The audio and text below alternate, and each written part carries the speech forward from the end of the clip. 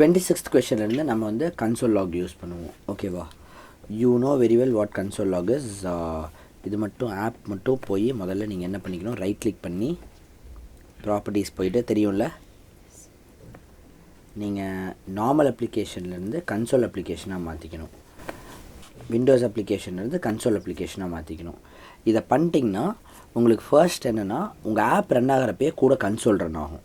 ஆனால் நம்ம பார்த்த சாஃப்ட்வேர்ஸ் எதுவுமே அந்த மாதிரி ரன் ஆகாதில்ல. இதுக்கான ரீசன்னா இது வந்து டெவலப்பர்ஸ்க்கானது மட்டும்தான். டெவலப்பர்ஸ் டெவலப்மெண்ட் டைமில் அவங்க நிறைய கன்சோல் லாக் பண்ணி பார்ப்பாங்க. இங்கே நடக்க அங்கே பேக்கெண்டில் எது நடக்குதுன்னு செக் பண்ணுவாங்க. ஸ்பெஷலாக ஹேக்கர்ஸ் வந்து இதை ரொம்ப அதிகமாக யூஸ் பண்ணுவாங்க. அதுக்கு வந்து நமக்கு இந்த மாதிரி ஆப் ரன் ஆகிறது ரொம்ப முக்கியம். ஓகே, ஸோ இதில் என்ன பண்ணியிருக்காங்கன்னு பார்த்தீங்கன்னா, டெக்ஸ்ட் பாக்ஸ் வச்சுறாங்க, ஒரு பட்டன் வச்சிடுறாங்க. பேசிக்காக 2 தடவை அதே டெக்ஸ்ட்டை வந்து டிஸ்பிளே பண்ணுறாங்க. ஓகேவா? ஸோ நான் வந்து ராகுல்னு கொடுத்தேன்னா ராகுல்னு வரும். அவ்வளோதான் இங்கே வந்து அவங்க மொத்தமாகவே பண்ணியிருக்காங்க.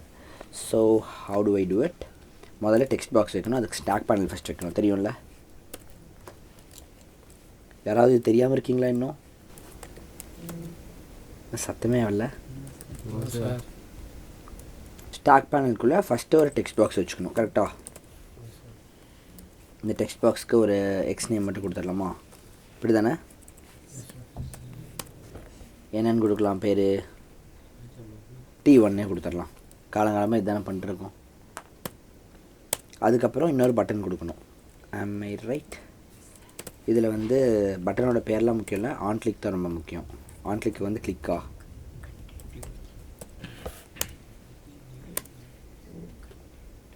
அதுக்கப்புறம் இன்னொன்று ஆட் பண்ணிக்கலாம், கண்டென்ட். கரெக்டாக? இதில் என்னென்னு கொடுக்கலாம்? கிளிக் மீன் கொடுத்துடலாமா?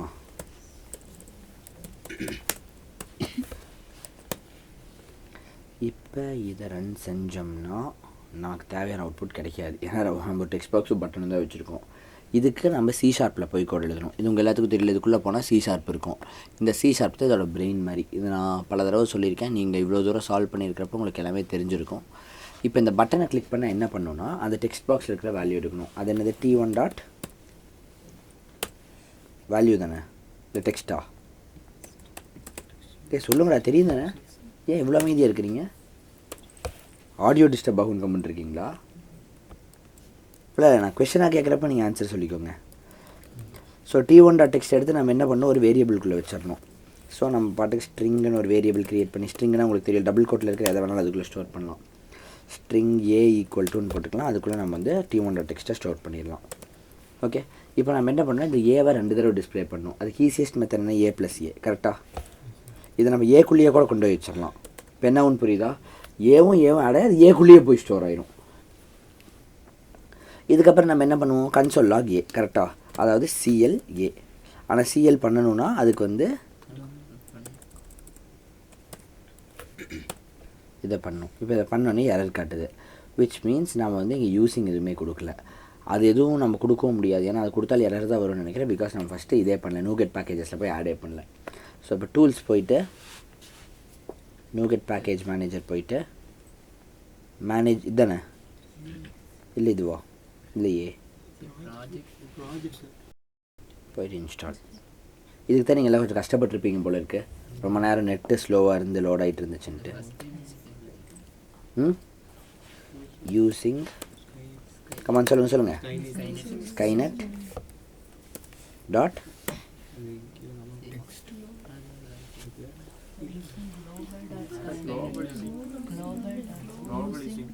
குளோபல் யூஸிங் தானே?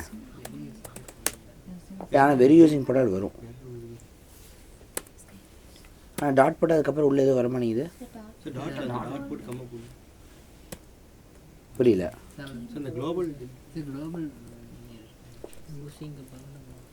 சரி, யூஸிங் ஸ்கைநெட்னு போட்டேன். அதுக்கப்புறம்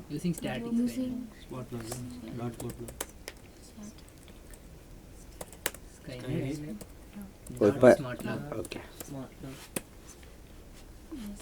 ஸ்டார் வராது அதில். ஜாவாவில் வந்து அப்படி இருக்கும். ஜாவாவில் வந்து நீங்கள் இதை கொடுத்துட்டு வரல வந்துச்சா? கொஞ்சம் பொறுமையாக இருக்கணும் நான். ஓகே, இப்போ CL வந்துருச்சா? Now it's going to run beautifully. So இப்போ உங்களுக்கு என்ன ஆகும்னா நார்மலாக ஆப் ரன் ஆகிறத தாண்டி ஒரு கன்சோலும் கூட ரன் ஆகும்.